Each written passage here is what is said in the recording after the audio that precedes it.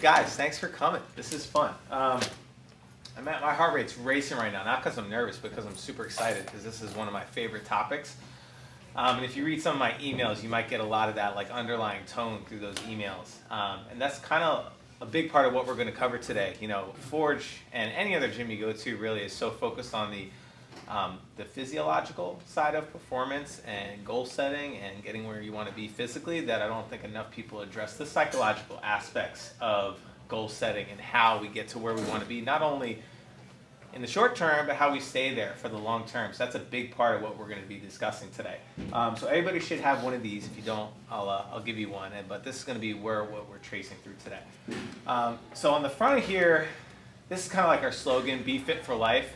And it means a couple of different things. One, we want you to be fit for the lives you're living now, but we want you to make sure that you sustain that level of fitness for the rest of your life. We're not really interested in helping people get to a certain place and then not be able to stay there long term, because that doesn't really serve anybody very well. So we approach things a little bit differently.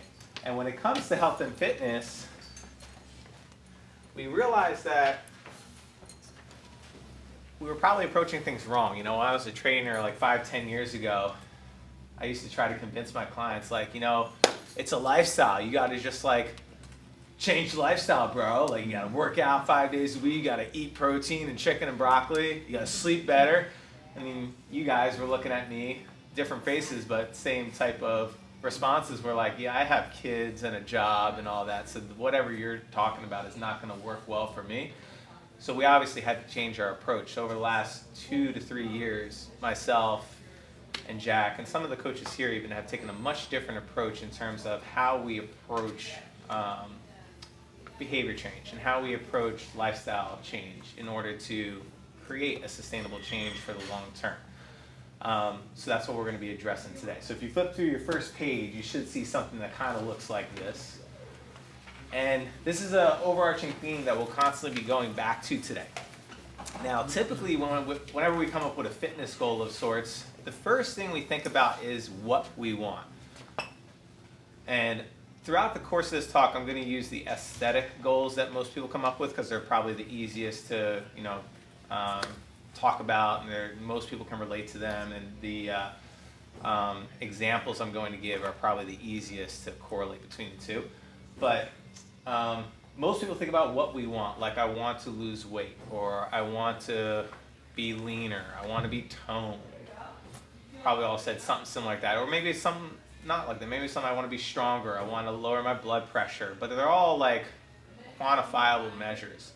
And the problem with that is that when we think solely about what we want, we're not giving our bodies and our minds an opportunity to develop an identity that's associated with that quantitative measure. So to explain that, I'm a person who, obviously has a lower body fat, is strong, works out, eats well, sleeps, and all those things. But I don't look at those things as like things. They are a part of me, and they will stay a part of me forever. There will never be a time where there's 6 days and I eat nothing but processed food, whether I'm on vacation or whatever. Like when I go on vacation, it's not, time to kick back and relax. Gonna go find a place to work out, going to make sure that I go to the grocery store and buy food, gonna make sure my hotel has a kitchen in it, and it's not stressful. It would feel stressful to do the opposite, which is eating processed food and eating out, right? That's my persona, that's my identity. And a lot of times when we say I want to lose weight, the reason why we can't hold on to that thing long term is because when we get there, we didn't actually change who we are. We just achieved this, arbitrary number on a scale without actually going through the steps of adopting a lifestyle that'll support that for the long term. Most times when we lose weight or we reduce our body fat or lower our blood pressure, we do it in a time where things are usually pretty easy. Oh, I just changed jobs, I got a couple months to work at this, I really want to give it a go. That's great. But what are we going to do when work starts again? There's no way you're going to be able to maintain a lot of the lifestyle adjustments that you went through over that 3-month period. How do we approach this from a more sustainable way? That's what we're going to talk about today. And the most important thing is this thing right here. Okay? Again, normally we approach things from the what? Okay, I want to lose weight. I got to exercise and eat right to do it, and then I'll be who I want to be. The problem with that is that creates just a straight line. What we want to do is we want to start from the who and work our way out, because this creates a better feedback loop. And I'll show you what that feedback loop looks like in a bit. But basically, when we start with who we want to be and work our way out, we start reinforcing a lot of the good qualities we gain, and it makes you less likely to regress after you've gained some of those qualities, regardless of how hard life gets. Okay? So if you flip to your second page, one of the things that we're talking about is creating a identity of who we want to be. And this is something that I really encourage everybody to do, is not necessarily think about, how much weight you want to lose or how much weight you want to lift or whatever the case may be. Who do you want to be long term? Like if you looked a year from now, 5 years from now, 30 years from now, I want to be able to play with my kids even when I'm 50. I want to be able to play with my grandkids even when I'm 65. I want to make sure that I am healthy. I want to make sure that I am never tired when I wake up in the morning. I want to be a person who doesn't have an issue with going on a hike in the middle of the day, or I don't have to worry about being injured all the time. All of those things are a better example of what an identity looks like. So one of the best exercises I often give to people is give yourself 5 minutes to just write down all of these qualities. Like if you thought about that person, if you woke up tomorrow and you were that person, what would that person do? How would they feel? How would they act? What would they look like? Sure, because that's a big part of it too. That's a measure that gives us an idea of if we're moving in the right direction. But what would that person look like to you? A lot of us probably don't think about that. We just have these like bits and pieces of like, yeah, I think I want to lose weight, or I think I want to do this, but we collectively don't know what that person looks like. And that's extremely important to make sure that we stay consistent with these long-term lifestyle modifications is really what we're looking at, okay? So one of the best things you can do is write down, just spitball, start writing, give yourself 5 minutes on the clock and write down everything you want to do. If not, one other thing that you can do is you can work from the opposite end. You can say, what don't you want? Okay, well, I don't want to be in pain. I don't want to be tired all the time. I don't want to look in the mirror and be disgusted with myself, etc., etc., etc. I don't want to wake up and feel tired. And then from there, you just take the inverse of whatever that person is, and there you go. You have that identity. Does that kind of make sense with everybody? As we go, I don't want this to be like a huge talk. So if you guys have questions throughout, please stop me in the middle so I can clarify things before we move on, okay? But if we don't have this person here, everything else gets way harder as we go. Now, some people are going to ask me, well, Brian, I do not know what the hell I want. I just know that when I work out, I feel better, and I know I need to eat better, but I don't really know who I want to be. That's fine. That's where the how and the processes that we're going to discuss really come into play. You might not know who you want to be, but if you approach it the way we're going to approach it, sometimes you go through what's called fake it till you make it. You give yourself an opportunity to just kind of get the ball moving, and then you kind of figure out who that person is as you go, because you realize, oh, I have this quality now that I didn't have before, and I don't want to let that go. How can I stoke that fire and get a little bit more out of that person, and how do I grow into something better than that, because I want to keep this feeling going? That's okay too, but only if we approach it in this particular way. Okay, so to the next page, you should see processes. This is the how of what we do, everything we need to do, okay? So when we're talking about the overall approach, how we approach things is going to determine whether or not it's sustainable or not. Ultimately, this who gives us the direction, right? That's that light at the end of the tunnel, but we really need to know how we're going to get there. And oftentimes what happens is that we take a all or nothing approach. We focus on being a perfectionist rather than being realistic with ourselves and everything we got going on. I will say that a lot of times that comes from the example I just brought up, right? We think about, oh, I got 3 months to do X, Y, and Z. I got to hit it hard, otherwise I'm going to run out of time. But if we start with that who and start working on not necessarily being perfect, but just being consistent with the things we're ready to do right now, typically we see better results long term, okay? So with our processes, I really want to encourage everybody to pick one thing at a time. And we'll go over the processes at the end of the session to give you an idea as to where to start. But the worst thing you can do is say, all right, I'm going to work out 5 days a week at 5 a.m. I'm going to go for a run. I'm going to have a chicken in the morning for breakfast. That's going to make me want to throw up, but I need to do it because that's what Trainer Ryan said. And then we get to sleep by 10, and I'm going to close my kids' doors so they can't yell at me and blah, yada, yada, yada, right? And that's great, and that works for a short period of time. Some people it works for 2 weeks. Some people it works for 6 months. Some people can keep that up for a year because they're just like, they're focused, they're dialed in, and they're grinding. But most times, it's really not sustainable. And usually you're going to make yourself completely miserable in the process. I'm sure all of us have experienced one time or another where we've done something really strict and regimented and really, really well, but we were like, man, this sucks at some point or another. We don't want that to be part of the process. I don't ever wake up one day and think, ugh, I have to cook myself breakfast, or ugh, I have to plan my meals for the week, because it's just a part of who I am. If we just do it slower, at a more realistic pace, we almost trick ourselves into being successful. I was working with one woman on nutrition, and she almost thought something was wrong with this when she said it. She was like, I'm losing weight and I'm doing all these things well, but it's not hard and I'm not stressed at all. Is this right?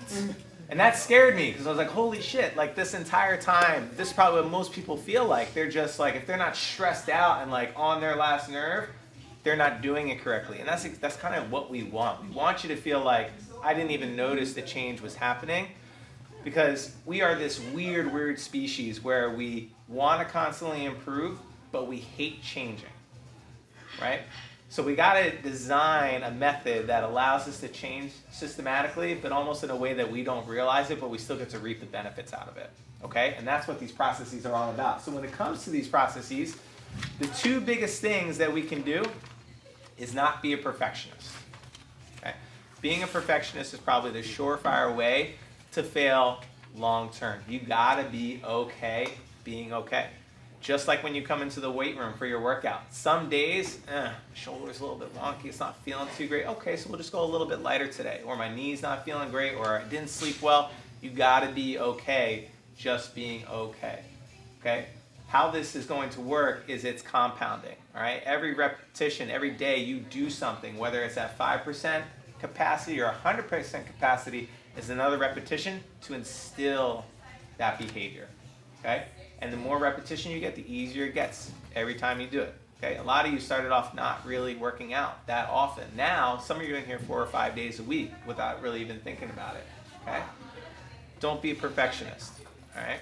If I told you when you first walked into this club that you needed to come here 6 days a week and work out for an hour super hard, a lot of people would look at me like I'm crazy. So why would we take that same approach to anything else in regards to health and fitness? It doesn't make sense. Your mind needs to acclimate to your process in the same way your body needs to acclimate physically. Cool. Does everybody understand that? Yeah, we all feel good about that. Does anyone have any questions about that before we move on to the second point? Okay, cool. And the second piece, like we just discussed, is one habit at a time. Pick one thing. Studies have shown over and over and over again that when we pick more than one habit to do at a time, we're like 35% successful.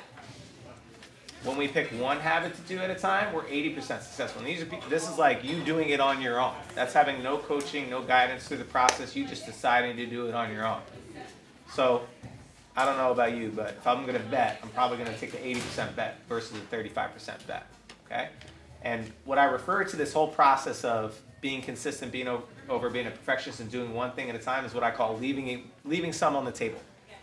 Does anyone have a writer in here? Does anyone write on a regular basis?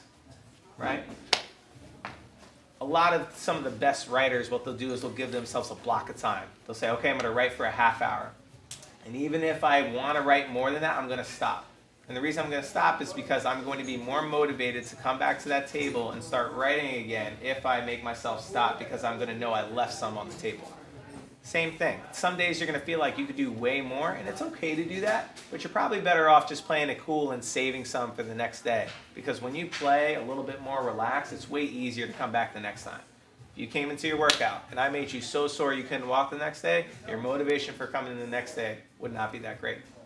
Ooh, I feel a little something, but I could have pushed harder. Let me see what I can do next time. Exact same process. Okay? They're so related. It's crazy that we would try to approach it a different way. Okay?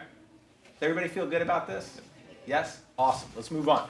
Now, this is a part that most people struggle with for a variety of reasons. And I'm going to try to shed some light on a more reasonable way to approach this when it comes to outcomes. Outcomes is the what.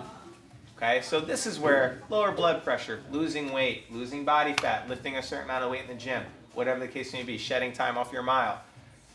These are good in the right essence.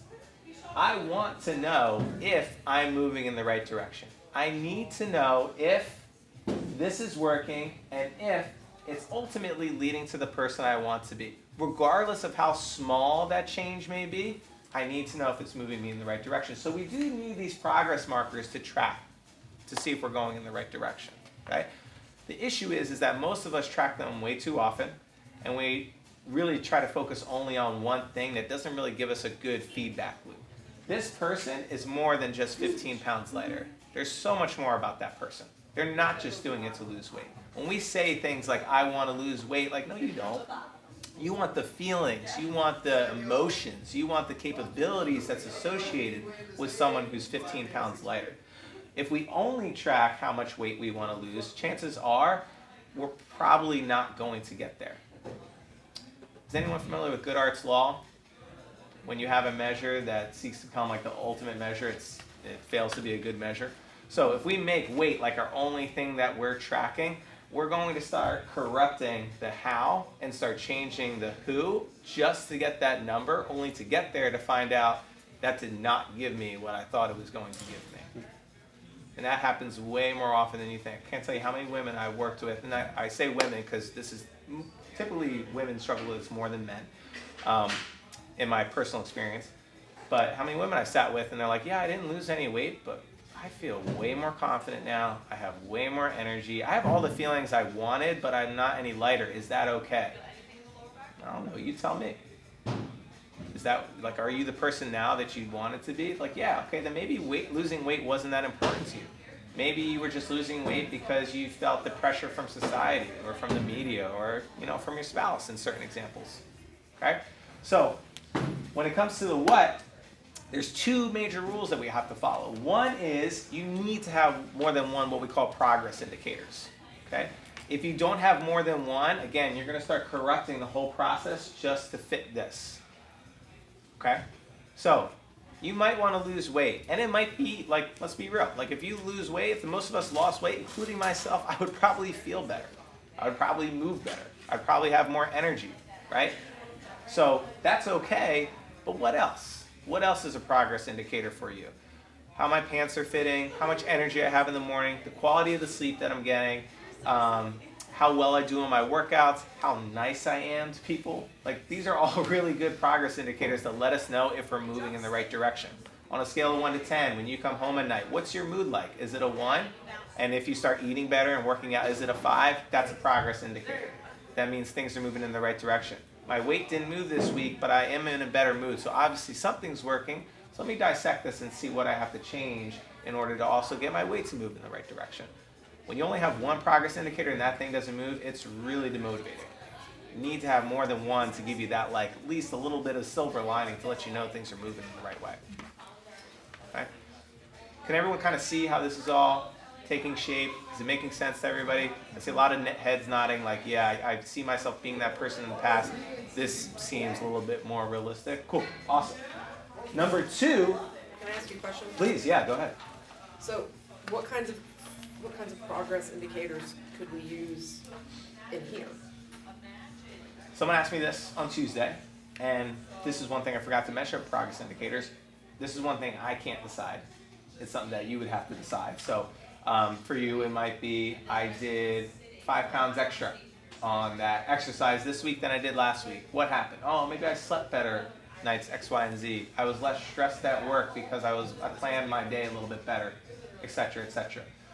So although they are things that you have to figure out, those are basic examples. Lifting more weight, completing your workout in a shorter period of time, being able to push yourself a little bit harder, like coming in on a 7 out of 10 scale. Like I feel 7 out of 10 good versus coming in feeling like 5 out of 10 good. Those are all good progress indicators to let you know things are moving in the right direction.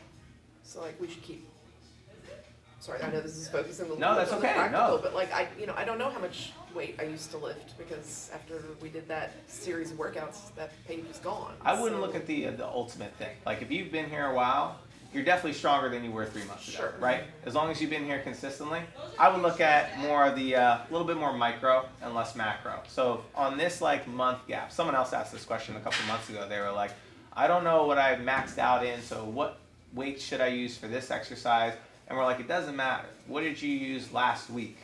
Because we're here now. We're in this time block. Like a month and a couple weeks apart, like that's a good time block to go off of. That shows you like where you are right now. That's a better indicator of kind of keeping yourself moving forward. Because if we compare you to where you were 6 months ago, it probably is, if you like say you're not stronger, say you're relatively weaker, probably going to be a little bit more demotivating than it is motivating. Right. Chances are you're not going to say, okay, I got to get back in. Chances are you're going to be like, wow, like I've been here for 3 months and I'm weaker. Go off of what your micro scale is, like that 4-week block. Because the more important thing than anything else that we talked about is just being consistent. If you're being consistent, you're in here regularly, all the numbers are going to move in the right direction. Does that answer your question, Becky? Yeah. Yeah? No, I mean, I'm a little more. This is just a me thing. I tend to be more focused on goalposts, right? Yeah, So, yeah, and like at work, I know what those are. Yeah. And here, I'm not really sure what they are. yeah. I just assume that you and Jack know what they are, and I'm doing what you want me to do.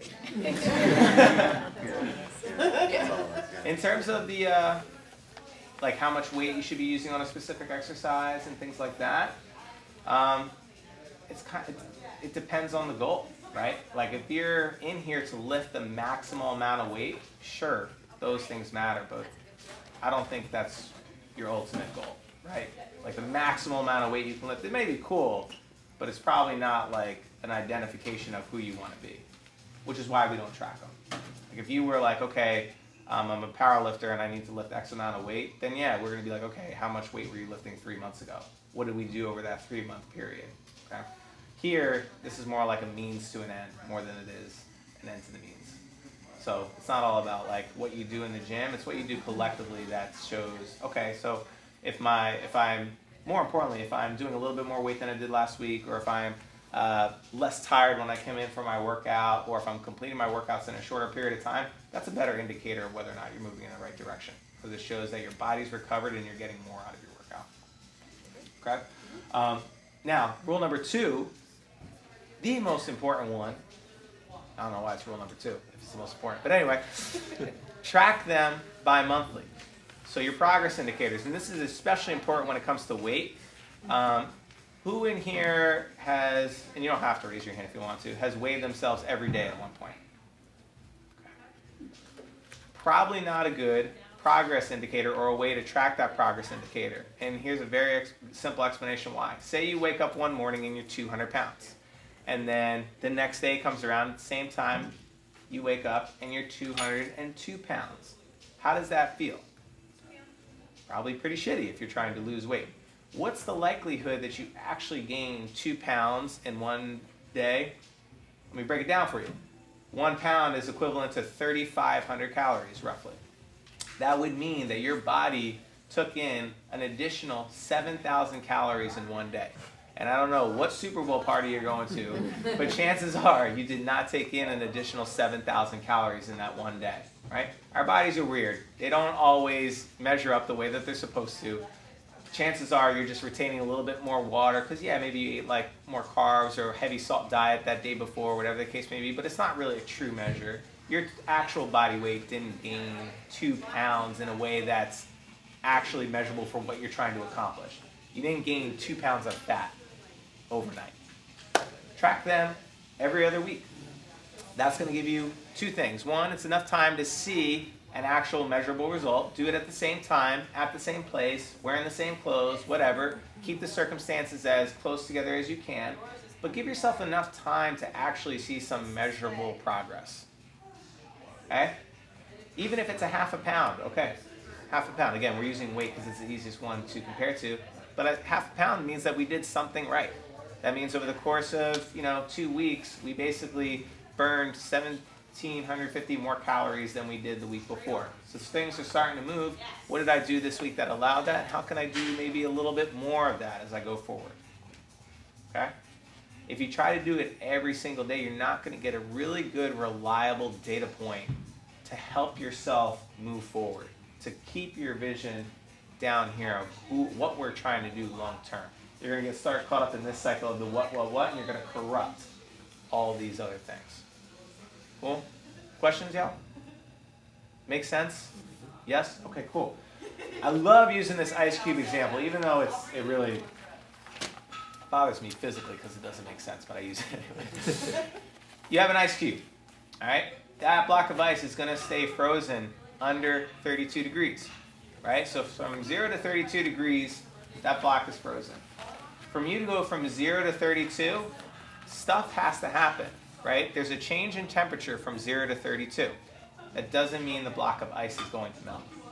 So a lot of times, we're going to do a lot of things that aren't necessarily going to create a direct result, but they are things that are moving us in the right direction. They're getting us to 5 degrees and then to 14 degrees. It's not always going to be so direct, right? Sometimes we need to eat less throughout the day, but sometimes even if we try to eat less, we can't. Why? Because maybe we're not sleeping enough. We have to sleep enough to make sure that our body doesn't require the same amount of energy to put forth throughout the day. Even if we're working out, we're still going to, if we work out for 4 days a week, our body's so used to being in this set point, we're going to require more calories to keep us at that set point. Your body does not like losing weight. It likes staying where it is because it's used to being in like the starvation mode of, oh, we adapted millions of years of not knowing where our next meal was going to come from. So our body is like set at that. It likes holding on to weight in the case that we have some, nuclear outburst. There's no food anywhere. All right? Zombie apocalypse. The zombie apocalypse, yeah. Then everyone will be lean as hell. Yeah. You got to run everywhere. No, but so sometimes a lot of things are going to happen without it actually creating change.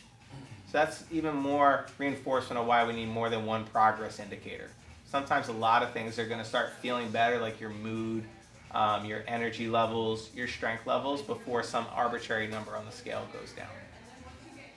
Cool? Moving on, y'all. So, to summarize this whole thing, the most important thing is to name who you are, okay? And if you don't know who you want to be, tell me who you don't want to be. And if you don't know either of those things, it's even more reason to get this process going and not be so obsessed about it. To be a little bit more relaxed with your approach. Because you'll just start adopting some of these lifestyle habits, and then you'll start feeling, maybe you start feeling better, maybe you start feeling more energetic, and next thing you know, you're like, oh, I actually like feeling this way. I want more of this. How can I get more of this? And it creates that feedback loop, okay? So that's what this whole thing is talking about. When I know who I want to be, and I go through the processes of getting there, and I get, hey, I saw a change, it reinforces that identity you're seeking, and then the process starts all over again. That's the feedback loop. When you start the other way, I want to lose weight, so I'm going to do the things to lose weight. Am I who I want to be? No. Okay, start over again. This is that yo-yo effect that a lot of us have probably experienced over the course of our lives. Lose a little weight, gain it back. Lose a little weight, gain it back. It's because there's no feedback loop. We don't know why we want what we want. And most of us are really not in tune with that. It's not uncommon for us not to know exactly what we want. We can kind of describe the feelings associated with it, which is really why you should start with that identity. Figure out who exactly you want to be throughout this whole process. The how, okay? Go through it systematically, right? One thing at a time, and focus on being consistent over being perfect. It's compounding. It's not absolute, okay? It's better to do 1% better every day than it is 100% and 0 for 4 days, and then 100% and 0 for 4 days. Okay? Have your progress indicators. Make sure that you have more than one thing. Okay? And make sure that you are doing it at you're tracking it realistically. You're not expecting a dramatic change in 1 to 2 days. Because if you are, chances are either A, we don't care about this being a sustainable change, which is okay. There's no judgment. If you don't care about being fit long term, do a 6-week challenge and binge and get your result and go to that wedding and crush it or put on that suit and feel great. That's okay. But most of us are here because we don't want that approach. We've tried it, we're tired of it, we've exhausted that, we need a different method. This is a more realistic and reliable way of getting there. Okay? The last part, and probably the most important part, is enjoy the journey. If this journey stresses you out, it's definitely not going to be sustainable. And even if you do get there, you're going to look back and you're going to be like, what was it all for? Right? A lot of the times, the things like the climb of a mountain, getting to the top is like the most boring part. Right? It's like, oh, great, we're here. Now what? Enjoy the view for like 15 minutes or however long it lasts, and then we're right back down again. It's more about the trail up. It's the anticipation of getting there. It's those day in and day out experiences that really make it worthwhile. So if you're not enjoying it, you should probably pick, I don't know, being somebody else or wanting to be somebody else. Or just knowing what that is to begin with and not just focusing on the what you want. Okay? We don't often think like this, but this is the behavior science thing that we really have started getting into the last couple of years. We've refined it. We've approached it from a good way. We feel really confident in this style of approach, and we've seen it work well with a lot of people. And even if they didn't achieve the goals, these goals that they set out to begin with, they're happier. They're more confident. They have all the emotions they thought were associated with these goals without necessarily getting there because they went about it the right way. Cool. On the back of this paper are some of the basics. I didn't want to leave you guys empty-handed, so these are the basics of the processes. Okay, you are working out. Great. So what are some other processes that will help me move in the right direction? These are some of them, self-regulating behaviors like eating slowly, managing our portions, recording what we take in on a daily basis to let us know, like, okay, do I really need 7 cups of coffee to get me through my day? If I do, I probably need more sleep. Make sure we're getting adequate nutrients throughout the day. You'll notice that nothing really on here says work out. It's all things outside of the gym. You do a good job taking care of this. Everybody here is here because you come here frequently enough. You experience the benefits of exercise, but there's another 23 some odd hours in the day outside of here that we need to be a little bit more conscious of if we want to get to where we want to go.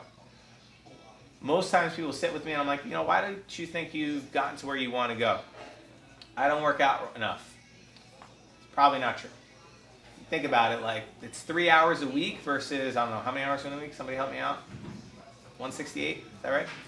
So there's another 165 hours in the week. Do the math. The way we train you guys in here is you need to be strong, because when you're stronger, you have more energy, you have better posture, you stand taller, and when you stand taller and smile, you just get more confident.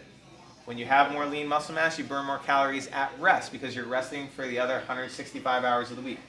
When we do metabolic, we don't do jumping jacks and burpees for an hour because that sucks. And it doesn't matter how many calories you burn in that class. It matters what you burn the other 23 hours of the day. So when we do metabolic, we go with high intensity training where you're getting your heart rate up and down because you're going to burn calories for the other 24 to 48 hours after that. It's way better for cardiovascular health. It's been proven, especially in like rehabilitation settings for heart disease even. It's better to do high intensity interval training. It's more enjoyable. Enjoy the process. Cool? All right. So these are just some basic ideas of the processes we can take and start implementing out of here, okay?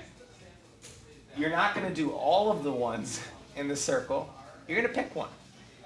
You know yourself better than anybody else does, okay? If you really just sat and you thought about your day, you know yourself better than anybody else. What do you think you need to work on first? And now, counter that with what's the easiest thing to work on? Pack the snowball at the top of the hill and then just tip it down the mountain and watch it accumulate as it goes. Rather than pack the snowball 100 pounds and then try to push it up the mountain. Momentum is a very powerful thing. Sometimes you just need to get that snowball rolling. And a couple of you have experienced that. You're like, wow, I'm not really doing anything, but man, I feel great and I'm already seeing results. Ooh, just chill out, y'all.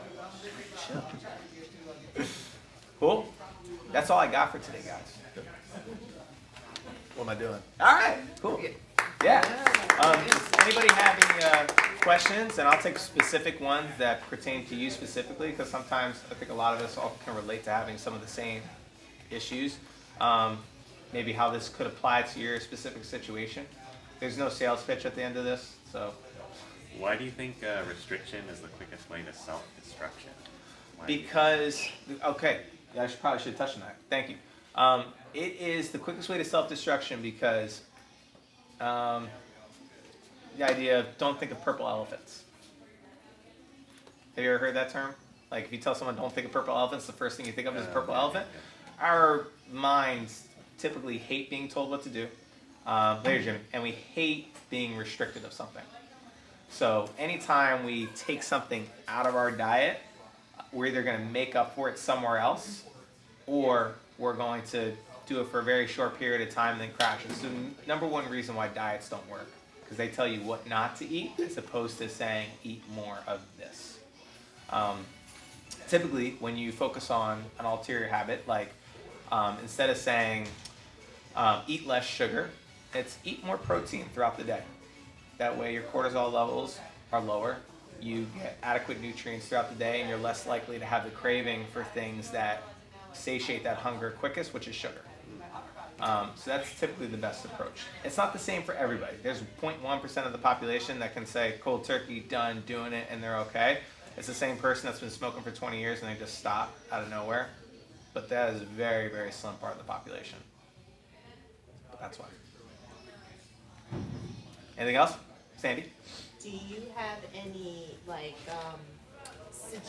I'm looking at record your intake. Yeah. So do you have any suggestions other than writing it down on a piece of paper, like any apps or things that you actually like? That's a great question, and no, I do not. And I'll say part of it because of ignorance, because I don't know what's out there. Okay. And the majority of them, you can track your intake, but they'll give you the caloric output as well, which I really don't like, because then we start saying like, oh, I'm taking in X amount of calories, and it's saying I should be taking in Y amount of calories, and then it totally disrupts everything. Okay. Some other ways you may want to do it is like, I think there is, Brian, did you use the Picture app? I started to, but it was complicated. But there is something like that, Where you right? take a picture of where You can take a picture of your take it, and food. it'll just sort of catalog it for you, so you can actually go back and look at it. It's also this kind of thing where like, oh, yeah. Doing all of this? Okay, that's a commitment. You know? So, Sorry to put you on the spot, Brian, but I know you've used it before. But yeah, I tried it. they have a picture app that probably is easier for everyone to take a picture of something rather than writing it down. Those would be my two preferred ways of doing it. So you don't prefer the ones that actually track your calories? Correct. All right. Correct. Yeah. That's good. Yeah. Yeah, I think the picture one's probably the great thing. And when we do record our intake, to your point, to what you brought up, Sandy, to double up on that. Go ahead, Francis.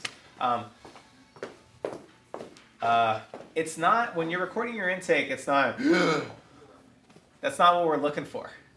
We're looking for like, oh, put your experimenter's hat on. Like, oh, I ate that at that time. I don't even remember that. Why do I think I did that? Oh, it's probably because that meeting went over and blah, blah, blah, blah, blah, blah. You're just trying to collect data is really the point of recording your intake. Don't look at it as a way to like audit yourself. It's just a way to say like, why did I do that? And what are some things I could do to adjust to make sure that doesn't happen in the future kind of thing. That's how you want to approach that. Okay. It's easier said than done. It's like step on the scale and don't worry about what it says, right? But be an experimenter through the whole process. If something doesn't work right away, don't get worried. Just collect the data, process it, and move on. And I will add that the thing about the photo app that was interesting to me was I ended up, almost all the other apps I'd ever used had breakfast, lunch, and dinner, whereas the photo app actually sort of marked where I was, what time I was, and it sort of was. That's cool. It was information that I would have forgotten. That's looking really cool. back, you know, but it was sort of like, oh, you know, I did eat, you know, like those meals were compressed, so that was probably something else was out of balance, or something, you know, it's just like, should get what's that. the data that's relevant? Is it not always the volume of food? That's good to know. That's really cool. Brian, do you want to sit? No, that's awesome. Cool guys. Again, the idea of don't worry about, you know, being an experimenter is way easier when this is the focus as opposed to this. Right? It's like starting an experiment and you like know what you want to get out of the experiment. That's a flawed experiment. Having a hypothesis and then searching it that way is a much better way to go about it. Cool, guys. I hope this was helpful. I really tried to pack the content in and just allow this to be an eye-opening experience for you guys of how to approach this whole thing long-term for